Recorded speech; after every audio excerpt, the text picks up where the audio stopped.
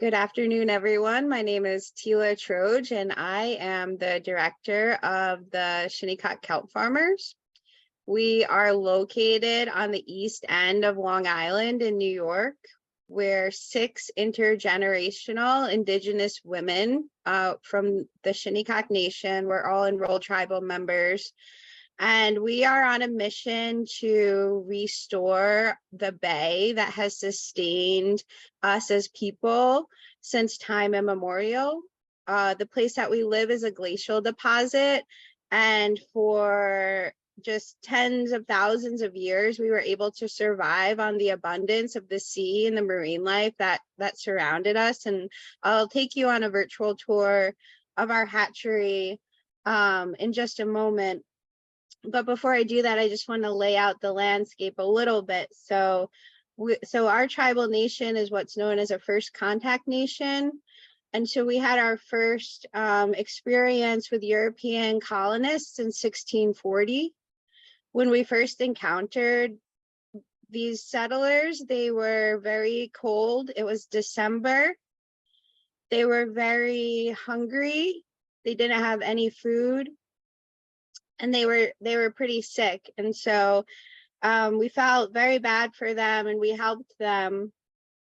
And we showed them how we use seaweed to insulate our homes to keep warm. And we showed them how we use seaweed to fertilize our plants and grow corn.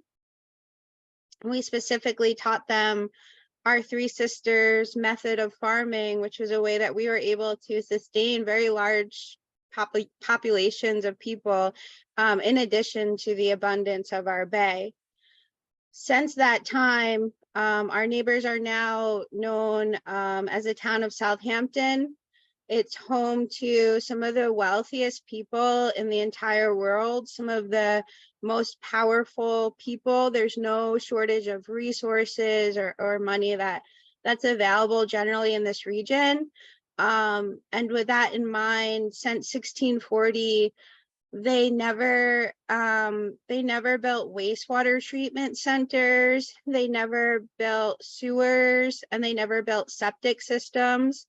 And after COVID-19, there was a mass exodus of these very wealthy people from New York City to the east end of our Long Island, and they decimated our entire food source. The Biden-Harris administration just declared our bay a national fisheries disaster zone due to the fact that there is a 99.99% die-off of sea scallops. And there's other mass die-offs. And so as women of our nation wanting to protect our way of life and our traditions and our food sources, we started on this mission to grow sugar kelp. And so I'm going to share my screen so that I can take you on a virtual tour of our hatchery. So we have a hatchery. It's located on a site that's currently owned by a group called the Sisters of St. Joseph. They are Catholic nuns, and they have a retreat center. And we became acquainted with them actually through a number of different issues and problems that arose, and we became really just aligned in values. And so one of the first things that these sisters did with us was they shared our land ethic, which we felt really resonated with us as the women water protectors and land defenders of our territorial home. And so in 2019, there was a film that came out, and I strongly recommend everyone to watch it. I think you can rent it on online. It's called Conscious Point, and it stars one of our co-founders of the Shinnecock Kelp Farmers, Rebecca Genia, and her pursuit to stop overdevelopment of our region, which is the cause of these like mass marine die-offs. And so that film came out. It was on PBS nationwide during Thanksgiving or Native American History Month.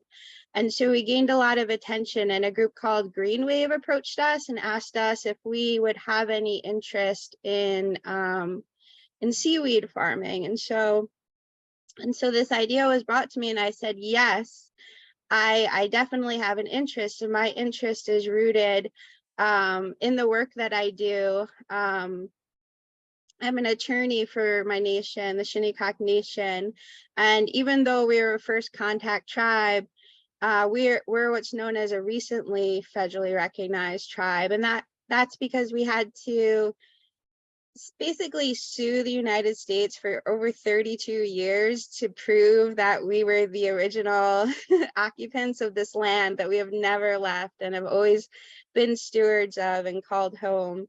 And so we were able to do that through court documents, a set of court documents that are called the seaweed cases. And the seaweed cases were just a group of court documents that recognize our rights to the water and to fishing and to hunting and to collecting and to gathering, and specifically our right to lease out seaweed lots to those who are engaged in aquaculture. And I know on the West Coast it's a little bit more familiar than on the East Coast, but you know, this was a very strong source of proof that the United States government upheld as recognizing our sovereignty, our inherent sovereignty to the water around our territory. And now, now, you know, we're facing a really steep decline in water quality. And so that was the catalyst for this hatchery that we built together with the Sisters of St. Joseph. And none of us are scientists. Like I said, I'm an attorney. One of the other farmers is a great grandmother. Another is a psychologist. Another works in human resources. Like, none of us are scientists, but every single element of this hatchery that we built in the one of the vacation cabin rooms of the Sisters of St. Joseph, it's manageable, it's scalable, and it's something that we can do. We found out we were really good at it. One of the, I think, things that I'm most proud of is a program that we call Kind Words. And it's where we speak kind words and we invite others, especially children and young girls and the sisters and others, to come into our hatchery as our seeds are still in the microscopic phase, shortly before they get to this phase, and wish them well in the work that they're about to do to restore the bay and to recreate habitat for the marine life that so desperately needs it, because our water is so polluted by nitrates and just overwhelming amount of nitrogen that is completely starving all of the marine life of oxygen. And so one of the most incredible, like most observable thing that we saw with our farm is this like incredible increase in the biodiversity. And it's everything from like shorebirds to the scallops to seahorses, sharks.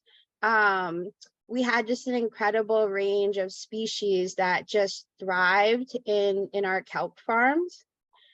And so a lot of that, I think success was due to this Kind Words program. We also like sang to our seedlings while they were in the hatchery. We sang traditional Algonquian songs to them, and we read them Joy Harjo's poetry. And we carefully controlled like every element of their environment, from the lighting to the water temperature. And we constantly replenish their water, which is actually water that we got directly from the sea, and constantly we're replenishing, which it was a lot of work. You see the buckets in the background of this picture. We would literally haul the water like in these buckets. We've since gotten permits. This is a very temporary setup that was in one of the living rooms, again, of the cabins of the retreat center, but we just got permits from the town to build a more permanent facility. This is Sister Karen. She's on the leadership of the Sisters of St. Joseph, helping us to add some nutrients to the hatchery. And they are in this environment, this very like controlled, nurturing environment, from anywhere to like 6 to 8 weeks. And these seeds end up all up and down the East Coast, from just about the Cape Cod area of Massachusetts all the way down to Long Island. We have about 6 different farms that these seedlings end up on, and we have additional farms from Montauk Point all the way to Jamaica Bay that test our seeds to see the best areas where the kelp grows in our region, because you know, we're here in the Northeast Atlantic. We're experiencing very high sea temperatures, and so we're not sure what's going to happen like this upcoming hatchery season, because the last 3 seasons it's been really hard for us to dive for the source tissue, because the kelp just isn't adapted to live in such warm temperatures. So we're hoping that with this new permanent facility that we're building, that perhaps we could be less dependent on wild diving and more dependent on gametophytes. And so the technology, I think, is coming to make that possible and to make this like more sustainable.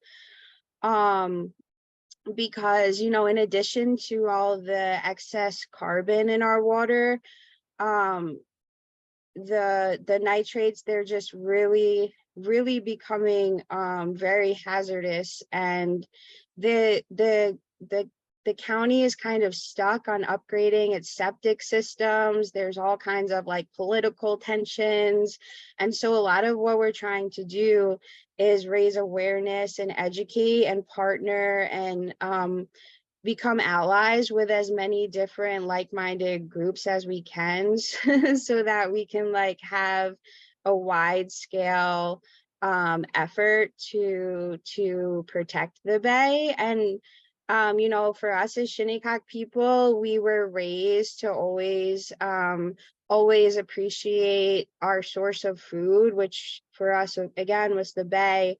And it's really it's shocking to us when we engage with our neighbors, who again are these very wealthy, basically billionaires, who live across from us and you know, are the primary sources of not only the nitrate pollution, but also the excess greenhouse gases in our atmosphere that all of us then suffer the effects of. This is a picture of our Shinnecock Bay. This is like our primary farm site. And right across, you can see on the other side of the water it's an area called Billionaires Row. And it's basically this just really small barrier island where homes like regularly sell for like $175 million or more. And so those are our neighbors. And so it's the 6 of us women plus our partners, but we're trying to really educate as many people and also model like different ways, like alternatives to the capitalism that has gotten us to this place. We really think that there's opportunities, economic opportunities to pay people living wages to work in jobs where you can take care of the environment and also afford to raise a family. And so that's one of the things that we're also doing in our education, is trying to show other models, because we've been the victims of exploitation and enslavement and indentured servitude for so long. Like, we've had all of our resources stripped from us, all of our land stolen, and now all of our food sources stolen too. And so we're out there. This is our farmer Donna, and you can see it's very, very cold. So I know everyone on here probably is a kelp enthusiast, but for us, like, we're out in December, January. It gets really, really cold, February, March. And it's really, we all are so dedicated to it. It's something that we feel compelled to do to help our Mother Earth. And it's really our honor to be able to do it and to share it with others, and to even just be on this call and sharing with all of you guys, and connecting, because taking action, I think, is so important, especially when it can be paralyzing to look at the scope of the problems that we're facing, with the loss of habitat and the loss of marine life. And, I was recently talking to a scientist, and he was telling me, we were on a call with the Sunrise Movement. He was telling me that that unfortunately we probably have to accept that this sea scallop that had the 99.99% die-off rate is probably going to become extinct. And it's so sad, like, it's so sad, but we're also have to face, like, the really real reality for us as Shinnecock people. We had so much of our land stolen that all that we're on now, all that they left us was a peninsula that's at or below sea level. And every time there's a big storm, a hurricane, or even a nor'easter, or a superstorm, we risk being completely underwater. I think FEMA has updated their numbers that by 2050, they expect 75% of our territory to be underwater during a major storm.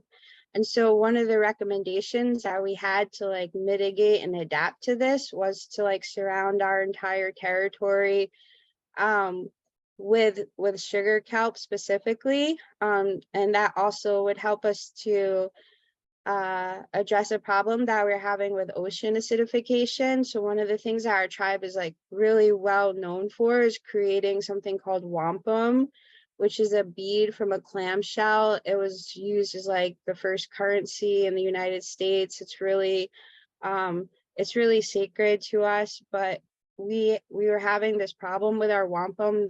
All the wampum carvers were saying that the wampum was becoming, like, really brittle, really hard to carve. It wasn't polishing. We were losing the color in it. It used to be, like, this vibrant purple color. It was now mostly only white. And so we found out that that was because of the excess carbon and all the excess greenhouse gases. And so the sugar kelp also helps us to sequester a lot of that carbon, which is also really important to us and what we're doing. And so, yeah, I can't wait till the question and answer session. But this is, like, our mid stage. We had a really bad problem this year with an algae called slip gut.